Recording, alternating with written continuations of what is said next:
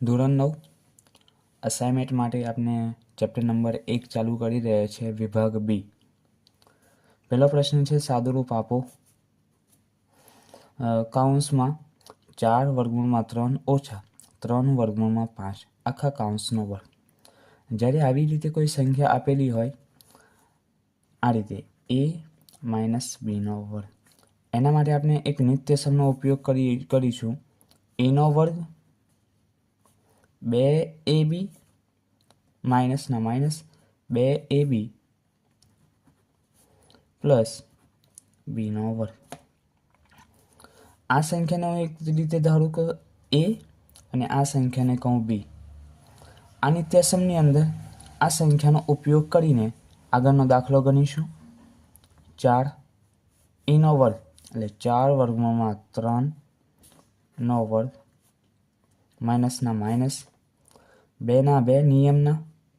એની કિંમત 4 વર્ગમૂળમાં 3, બીની કિંમત 3 માઇનસ 3 વર્ગમૂળમાં 5 પ્લસ માઇનસ 3 વર્ગમૂળમાં 5 નો વર્ગ. 4 નો વર્ગ 16 ગુણાકાર 3 નો વર્ગમૂળમાં 3 નો વર્ગ આખા 3 માઇનસના માઇનસ 2 ચોક 8 8 તરી 24 વર્ગમૂળમાં 3 અને વર્ગમૂળમાં 5 વર્ગમૂળમાં 15 વત્તા માઇનસમાં કોઈ નિશાની હોય અને ઘાત બેકી સંખ્યા તો જવાબ હંમેશા પ્લસમાં આવે. 3 નો વર્ગ 9 અને વર્ગમૂળમાં 5 નો તો આખા 5. ચાલો 16 તરી 48 માઇનસના માઇનસ 24 વર્ગમૂળમાં 15 પ્લસ 9 પંચા 45. 48 અને 45 93 માઇનસ 24 વર્ગમૂળમાં 15 જે તમારો જવાબ છે.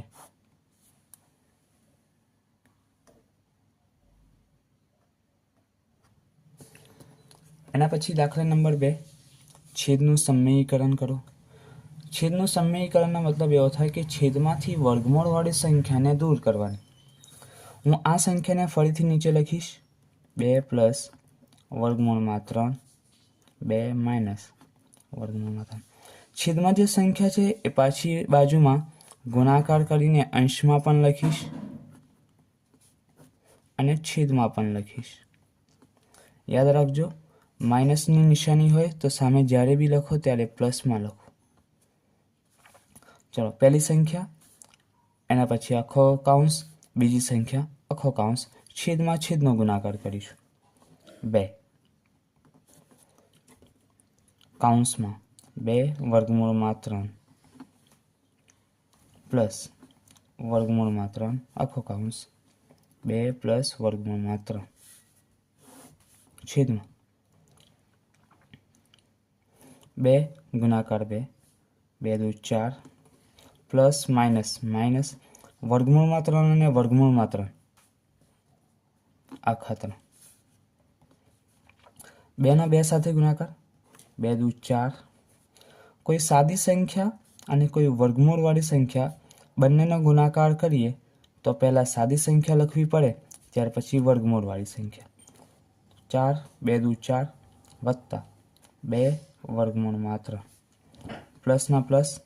જ્યારે કોઈ વર્ગમૂળવાળી સંખ્યાને સાદી સંખ્યા લખીએ તો જવાબ એનો એ જ આવશે, પણ પહેલી સાદી સંખ્યા પછી વર્ગમૂળવાળી સંખ્યા પ્લસ વર્ગમૂળમાં 3 અને વર્ગમૂળમાં 3 આખા 3 છેદમાં 4માંથી 3 જાય તો 1 સાદા 4 અને આ 3 7 પ્લસ 2 વખત વર્ગમૂળમાં 3 અને 2 વખત વર્ગમૂળમાં 3 ટોટલ 4 વખત વર્ગમૂળમાં 3 છેદમાં 1 અને છેદમાં 1 લખાય એમ નહીં. તો અહીંયા દાખલા નંબર 2 કમ્પ્લીટ. પ્રશ્ન નંબર 3 છેદનું સમયીકરણ કરો. દાખલા નંબર 2ની જેમ આમાં પણ એ જ રીત અપનાવશું. સંખ્યા લખી દઉં 3 / 5 પ્લસ વર્ગમૂળમાં 3 છેદમાં વર્ગમૂળમાં 5 માઇનસ વર્ગમૂળમાં 3. ગુણાકાર કરીને જે નીચે સંખ્યા આપેલી છે છેદમાં એ સામેની બાજુ લખું.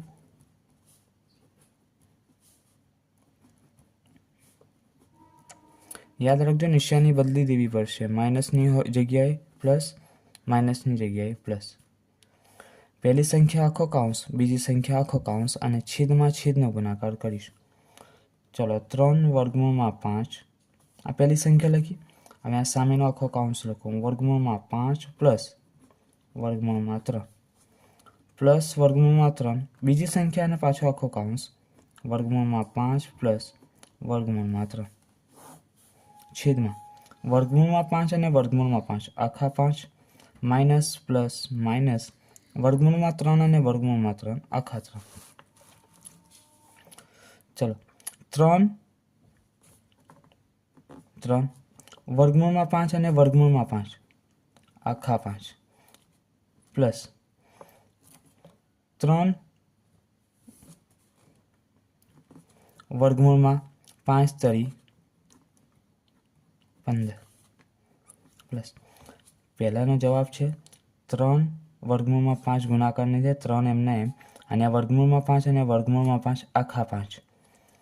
હવે આ 3 વર્ગમૂળ 5 ને વર્ગમૂળમાં 3 સાથે ગુણાકાર કરીએ તો આ વર્ગમૂળમાં 3 અને 5 15 આ 3 એમના એમ.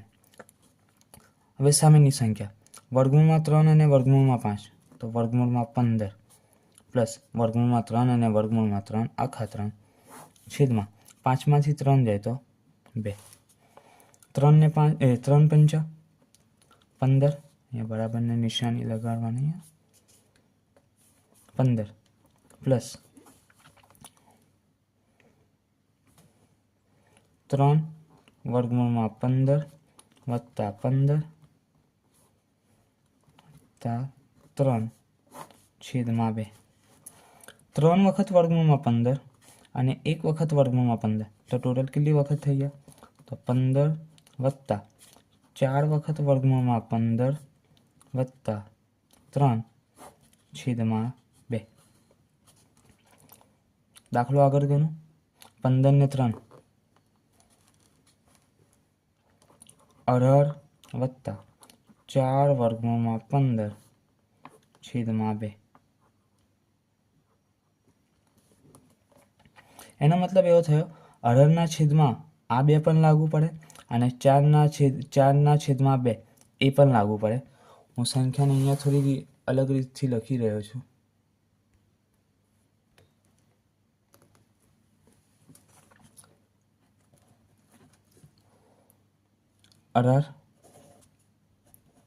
અઢાર છેદમાં 2 પ્લસ 4 વર્ગમૂળમાં 15 છેદમાં 2.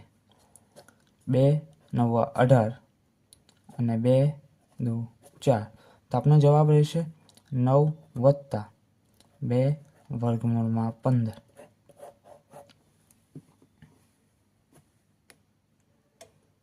ખ્યાલ આવ્યો? ચલો હવે આપણે જઈએ દાખલા નંબર 4 ઉપર. દાખલા નંબર 4 એવું કહે છે કે 1.34 ને PQ સ્વરૂપે દર્શાવો.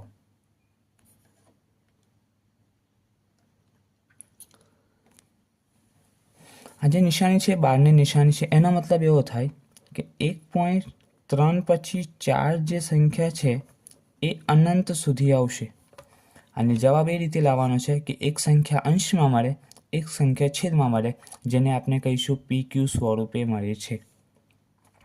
ચાલો દાખલાની શરૂઆત આ રીતે કરવી પડશે. ધારો કે x બરાબર 1.34444 અને એને કહીશું સમીકરણ નંબર 1. જો એક સંખ્યા ઉપર 12ની નિશાની હોય તો બરાબર પહેલા x ને અને બરાબર પછી જે સંખ્યા હોય એને 10 વડે ગુણાકાર કરવો પડે. એક સંખ્યા પર 12ની નિશાની હોય તો, જો બે સંખ્યા પર 12ની નિશાની હોય તો એને 100 વડે ગુણાકાર કરવો પડશે. હવે બંને બાજુ 10 વડે ગુણતા તો શું થશે? 10 કૌંસમાં x બરાબર 10 કૌંસમાં 1.34 4 4 અને 4 ગુણાકાર કરો. 10 ને x સાથે ગુણાકાર કરો તો 10x બરાબરના બરાબર 10 ગુણાકાર 1.3444 4. તો જ્યારે 10 સાથે ગુણાકાર કરવાનો હોય તો આ પોઈન્ટ એક સંખ્યા પછી કૂદવી દેવાનો, એક સંખ્યા પછી મૂકી દેવાનો છે. એટલે થશે શું? 13.4444 13.4444 જેને કહેશું સમીકરણ નંબર. હવે સમીકરણ નંબર 2 માંથી સમીકરણ 1 બાદ કરતા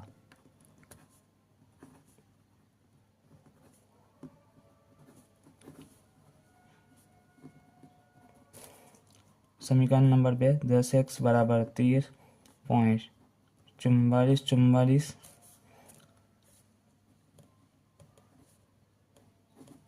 અને સમીકરણ નંબર 1 છે x બરાબર 1.34. યાદ રાખજો, જ્યારે સરવાળો અને બાદબાકી પોઈન્ટવાળા કરતા હોય તો પોઈન્ટની નીચે પોઈન્ટ આવવો જ જોઈએ. 4 માંથી 4 જાય તો 0, બાદબાકી કરવાની છે. 4 માંથી 4 જાય તો 0, 4 માંથી 4 જાય તો 0, 4 માંથી 3 જાય તો 1, પોઈન્ટનો પોઈન્ટ. 3 માંથી 1 જાય તો 2 અને 1 નો 1. આપનો જવાબ બરાબરના બરાબર 10x માંથી x સાથે કશું ના હોય, કંઈ ના હોય તો કેટલા હોય? 1 હોય. તો 10x માંથી 1x બાદબાકી કરીએ તો જવાબ આવે 9x. તો આપનો જવાબ છે 9x બરાબર 12.1. એક્સના સૂત્ર કરતા બનાવો તો x બરાબર 12.1. આનો સામેની બાજુ જાય, છેદમાં જાય, જે તમારો જવાબ રહેશે. તો યાદ રાખજો, જ્યારે પણ PQ સ્વરૂપે સંખ્યા કહે તો P નો મતલબ અંશમાં અને Q નો મતલબ છેદમાં કોઈ સંખ્યા આવી જોઈએ. ચલો દાખલા નંબર 5.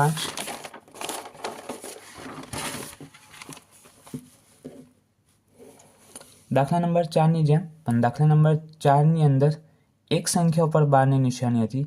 અહીંયા છે બે સંખ્યા ઉપર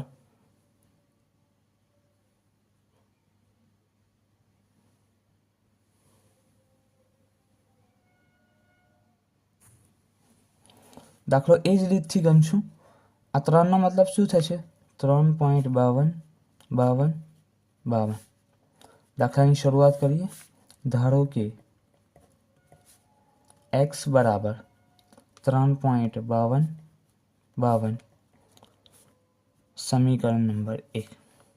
હવે અહીંયા 12 ની નિશાની બે સંખ્યાઓ પર છે, તો હું એવું કરીશ કે આ બે સંખ્યાઓ પર છે 12 ની નિશાની, તો 10 ની જગ્યાએ હવે કેટલાથી ગુણાકાર કરવો પડશે? 100 થી. તો 100 બંને બાજુ 100 વડે ગુણતા. બંને બાજુ એટલે એક બરાબર પહેલા અને બીજું બરાબર પછી. 100 કૌંસમાં x બરાબર 100 3.52. 100 ને x સાથે ગુણાકાર કરે તો 100x બરાબર. હવે ગયા દાખલામાં 10 હતા તો એક પોઈન્ટ સાથે એક પોઈન્ટ બાજુમાં ખસેડેલો હતો. હવે અહીંયા 100 છે તો આ પોઈન્ટને બે સંખ્યા પછી, એટલે શું થશે? 352.52. સમીકરણ નંબર 2. સમીકરણ 2 માંથી સમીકરણ 1 બાદ કરતા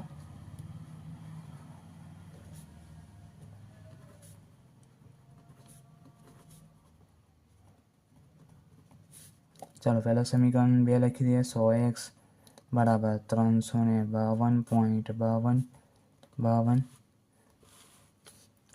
અને સમીકરણ 1 છે બેટા x બરાબર 3.52. 0 0 0 0 પોઈન્ટની નીચે પોઈન્ટ આવવો જ જોઈએ. 2 માંથી 3 જાય ના જાય, બાજુમાંથી ચેકીને અહીંયા 4, અહીંયા 10, 12માંથી 3 જાય તો 9, 4ના 4, 3ના 3, બરાબરના બરાબર. 100x અહીંયા બાદ બાકી 100x x સાથે કંઈ ના હોય તો 1 હોય. 100x 1x જાય તો કેટલા રહે? 99x. તો આપની કિંમત આવશે x બરાબર 349. આ 99 x અને 99 બે ગુણાકારના સંબંધમાં છે અને આપણે બરાબર પછી મોકલીએ 99ને તો કઈ જતા રહેશે?